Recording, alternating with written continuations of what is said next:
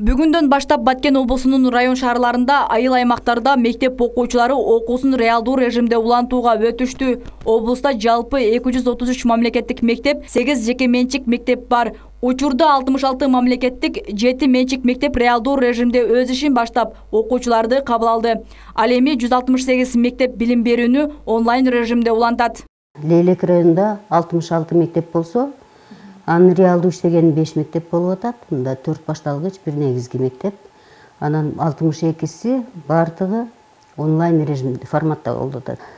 Кадамжай районунда 83 мектеби бар, мамлекеттик. Анын ичинен 9 толук реалдуу режимде окуп атат. Эми ар бири жөнүндө айтсам, Баткен районунда 53 мектеп болсо, бир эле башталгыч класс толук реалдуу режимде окуп атат. Калганын 52си бардыгы онлайн режимде. Атайын комиссиянын негизинде облустагы бардык мектептерге мониторинг жүргүзүлүп жатат. Анда жашыл зона эсептелген аймактарда бардык класстар мектепке барууга уруксаат берилет.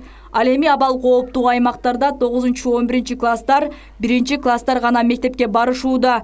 Шаардагы Владимир Ильич Ленин атындагы орто мектебинде дагы 9-11 класстар жана 1 класстар мектепке келген болсо, калган класстар онлайн режимде билим алышууда. Аралыкты сактап, сырттан кирип атканда 15 мүнөт эрте балдарды бирден тепловизор менен бизде 2 пост иштейт. Сыртында дагы, ичинде дагы 2 пост бар.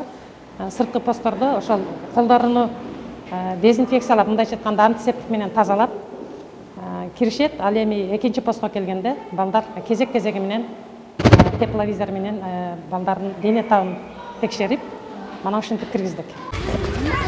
Место-местоңарга тургула. Учурдагы кырдаалга жараша мектептерде санитардык талаптарга маани берүү зарыл. Ар бир окуучу бет кап тагынып мектепке келүүсү шарт. Ал эми мектепке келген окуучулардын санитардык нормаларды сактоосу үчүн өткөрмө посттору уюштурулуп, дене табын өлчөөчү тепловизор менен ар бир окуучу дыкат текшерилип жатат. Сабак учурунда окуучуларды 2 тайпага бөлүп билим берүү мугалимдердин милдети. Сабактар башталды. Сабакта эгерде класста окуучунун саны көп болсо, 2 класска бөлүп окутуп жатабыз. Окутуп жатканда, мисалы үчүн 2 группага бөлүп окутуп жатабыз, 2 класска.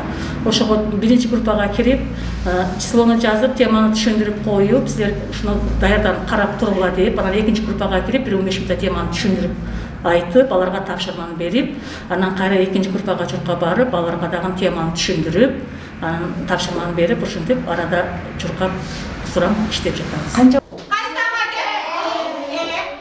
Балдардын реалдуу режимде билим алуусу ата-энелер үчүн жакшы жаңылык. Анткени балдарынын өз кезегинде сапаттуу билим алуусу башкы орунда.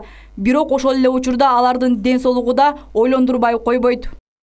Албетте, эми мындай мезгилде мектептин ачылганынан бир жагы коркобуз, бир жагынан өзүбүз этият болуп тазалык сактап, режим сактасак, Кудай кааласа жакшы эле болот деген үмүттөбүз. Кырдаалга байланыштуу балдарыбызды таза кармоого, ошо азыркы коронавируска каршы көп балдар мектепке келе албай кыйналды. Албетте мына онлайн менен окуганда көп жеткиликтүү болбойт экен, көп нерсени түшүнө албай атышат. Ушу мугалимдерге да чоң-чоң рахматтарды айтабыз. Ушу мугалимдердин ордун баса албайт экенбиз биз.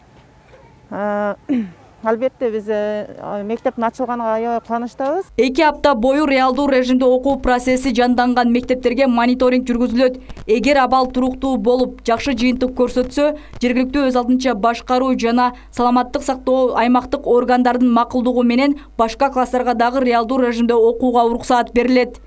Нурзат Кабылжан кызы, Эрнис Азамат уулу, Алтын бешик жаңгыктары.